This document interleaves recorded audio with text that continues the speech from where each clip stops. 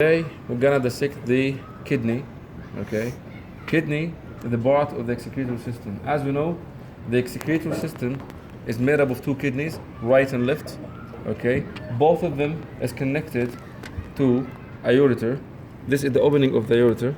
If you can come closer, this opening is the opening of the ureter. Okay, and then the ureter is being connected to the urinary bladder, in which the urine is being stored till the time of discharge. Okay, so kidney is a bomb shape. Okay, if you dissect it,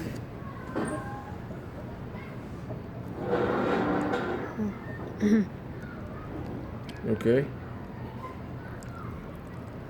from inside, if you come closer, this is the cortex kidney. This is the cortex of the kidney, and this is the medulla of the kidney. Okay, and this is the pelvis. This is the pelvis. Okay, and this is the opening of the ureter.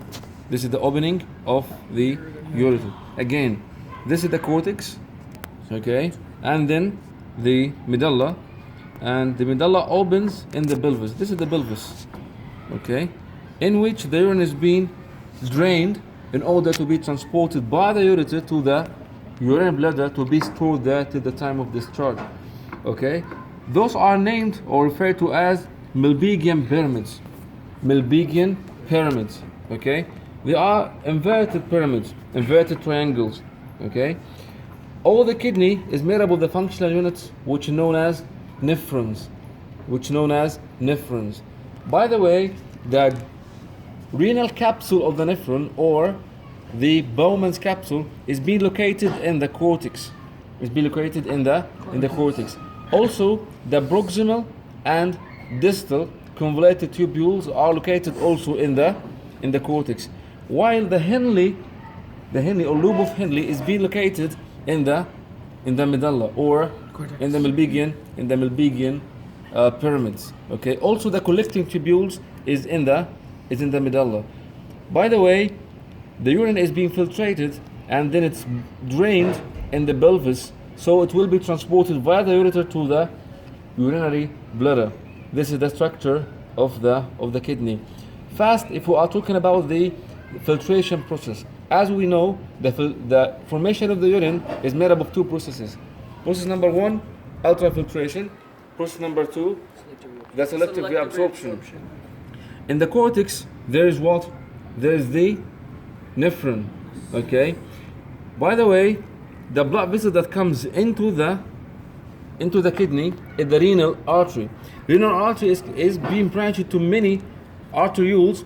The arterioles comes into each nephron as, especially to the Bowman's capsule, as an afferent arteriole. The afferent arteriole is a little bit bigger than the efferent arteriole. Both of them are connected together inside the Bowman's capsule in the cortex layer in order to make the glomerulus.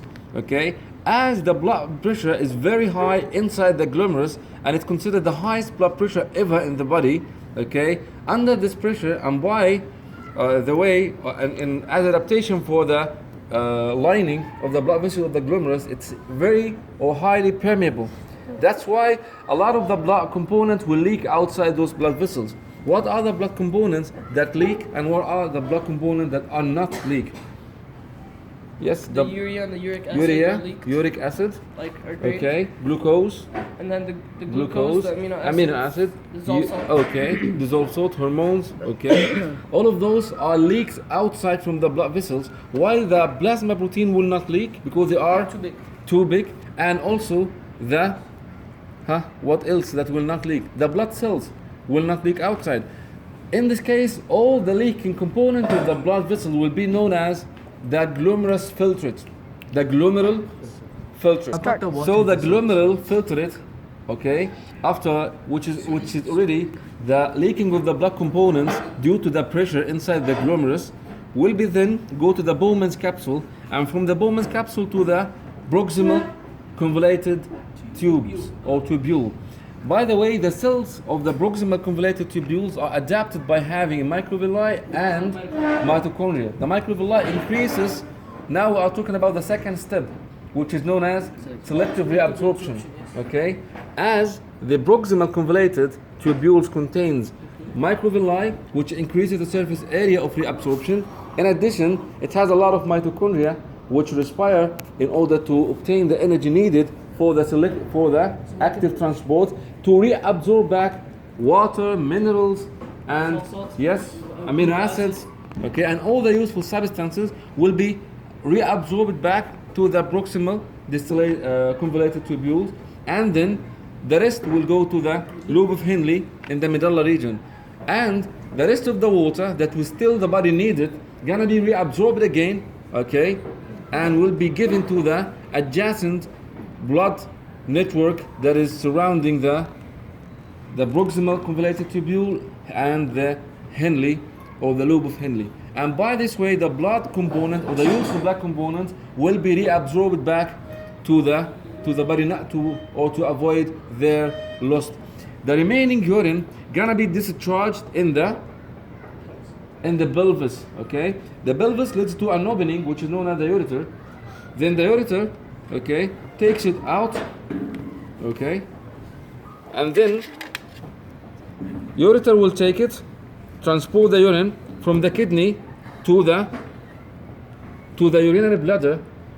There, the urine will be stored till the time of discharge. And as we know, the urinary bladder is being controlled by a voluntary sphincter muscle.